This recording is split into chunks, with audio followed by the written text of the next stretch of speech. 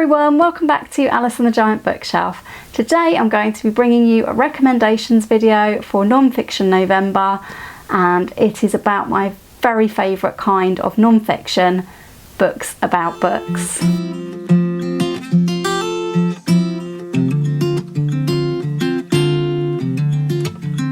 Hi everyone, welcome back to Alice and the Giant Bookshelf. My name's Alice and I have way too many books. And today we're going to be talking books about books. So I thought that as it's non-fiction November, I would have a little chat with you about my favourite type of non-fiction. Now, I wouldn't say I've read that many books about books, but all of the ones I have read, I've loved them for some reason or another. In my reading plans for this month, I mentioned a book about books called Dear Reader by Kathy Rensenbrink, which is on my TBR for this month. I'm sure I will love that one as well. But here are 5 more books that I recommend to anybody who wants to read a book about books. First of all, before I tell you my top 5, and they are in no particular order, they are just all 5 books that I've loved reading about books. I do have a book here which is not specifically about books, it's about bookshops, and it's a book that has made me laugh so much. And this is a book called Weird Things Customers Say in Bookshops by Jen Campbell.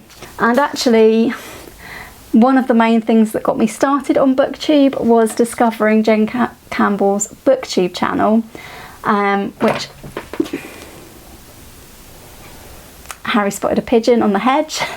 One of the main things that got me started onto BookTube and enabled me to find BookTube in the first place was Jen Campbell's channel.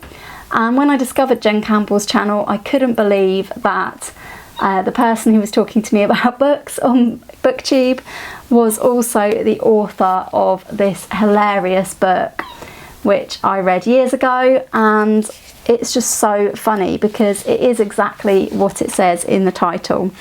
A collection of things that customers said to Jen Campbell, I assume all her colleagues, when she worked as a bookseller. Yeah, they are really, really funny.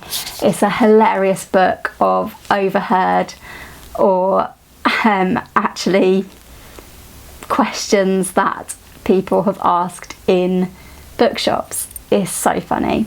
So I highly, highly recommend this if you would like a laugh, and I'm looking forward to checking out Jen Campbell's other books about bookshops. Let's get into the top 5, and as I said, these books are in no particular order. They are just 5 recommendations of books about books. So the first one that I want to mention is, I don't actually have it, but it's Nick Hornby's book, The Complete Polysyllabic Spree. This actually collects together articles that Nick Hornby wrote all about books.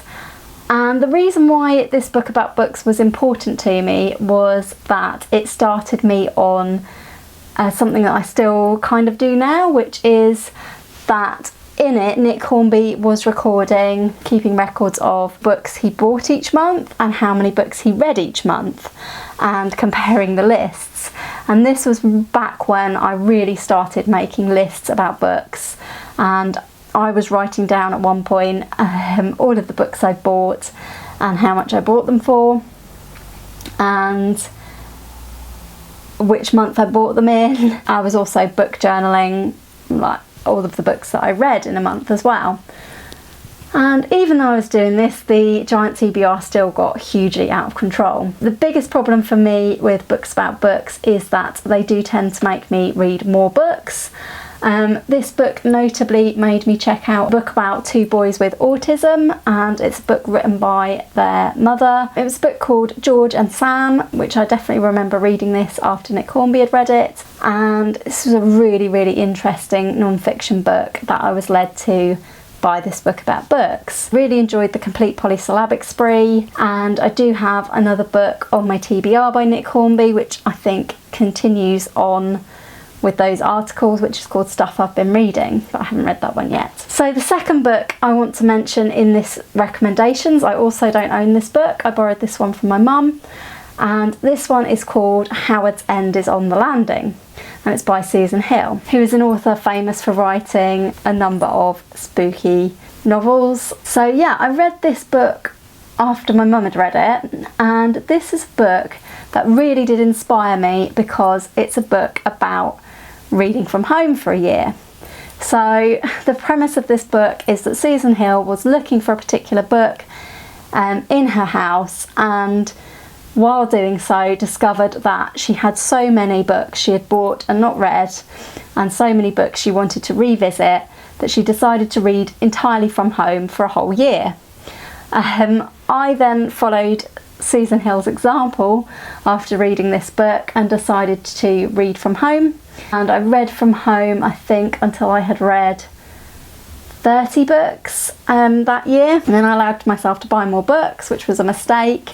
And yeah, so it didn't really fix my book hoarding problem, but it did give me the inspiration to read from home, and that's exactly what I've been doing this year. My only problem is that things like people lending me books and library books do get in the way of my just reading entirely from my shelves. There are so many books to read, you know, how can you limit yourself completely? This was a book that was inspiring for me because in it the author talked about reading from home, but she also talks about the pleasures of all these different books that she revisited and that sort of thing. So I recommend that book if you're interested in books about books. Coming on to my last three, we have The Child That Books Built by Frances Spufford. This is definitely one of the earlier books that I read about books. May even be the first book that I read about books. And this is about the author going back to reread his favourite books from childhood. It says on the back, he discovers both delight and sadness in this beautifully written memoir of a boy who, faced with a tragedy in his family, retreats into books. So this looks at why we read as children, how we read as children, and yeah, it's a really fascinating memoir. And again, this one, it got me wanting to revisit lots of books that I had enjoyed as a child. Some of the books that Frances had enjoyed were books that I had also enjoyed, so I really loved this one and I would recommend it if you like books about books. Coming on to books that I've read more recently, this book I absolutely adored, and it's called How to Be a Heroine by Samantha Ellis. This book led to me making a list of around about 12 or 13 books, I think it was, that I wanted to read immediately. Of course, I haven't read everything on that list yet, but I have started with it. So this has a subtitle of Or What I've Learned from Reading Too Much. So in this book, Samantha Ellis goes through her favourite heroines from literature and what they brought to her life, what they taught her, what they did for her at different points in her life, and compares them to other heroines that people may like or not like. This book starts with a debate between Samantha Ellis and her friend about whether she would prefer to be Cathy from Wuthering Heights or whether she would prefer to be Jane from Jane Eyre. And this got her thinking about the different heroines that have shaped her and the different books that have shaped her, and this is just a really enjoyable read. This got me wanting to read lots of different things that I hadn't read yet, and each chapter has the title of a name of a character who features in a book that she's loved. So we have the chapters The Little Mermaid, Anne of Green Gables, Lizzie Bennet, Scarlett O'Hara, Franny Glass, Esther Greenwood, Lucy Honeychurch, The Dolls from the Valley, Cathy Earnshaw, Flora Post and Scheherazade. So I really enjoyed this book. Those aren't the only books that it discusses in those chapters, but yeah, this is just brilliant, and I'm still trying to read all of the books that this book recommended to me. So yeah, really fond of this book, and if you like classics and you like children's classics, I think you would really enjoy trying this book about all different heroines in those books. We have reached the last book on the list, and this is a book I have already talked about on the channel. This is Bookworm by Lucy Mangan, a memoir of childhood reading.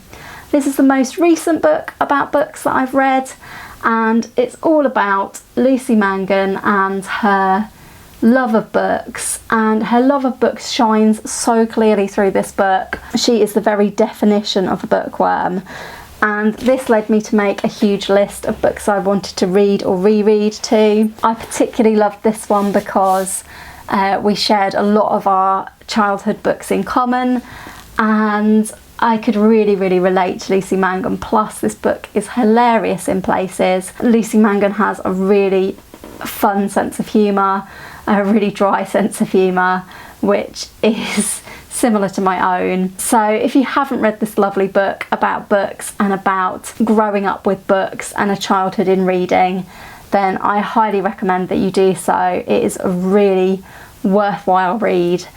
But do be warned, when starting any of these books, you may end up with your own list of books to pursue after reading this one or those ones. So I absolutely love this book. It talks about so many of the books that I loved in my childhood, and it made me laugh and it made me cry, and it's a brilliant memoir of reading. So I do really recommend that one. And that brings us to the end of the 5 that I have to recommend you. If you're wanting to join in with Non-Fiction November, it's not too late to pick a book about books and read one.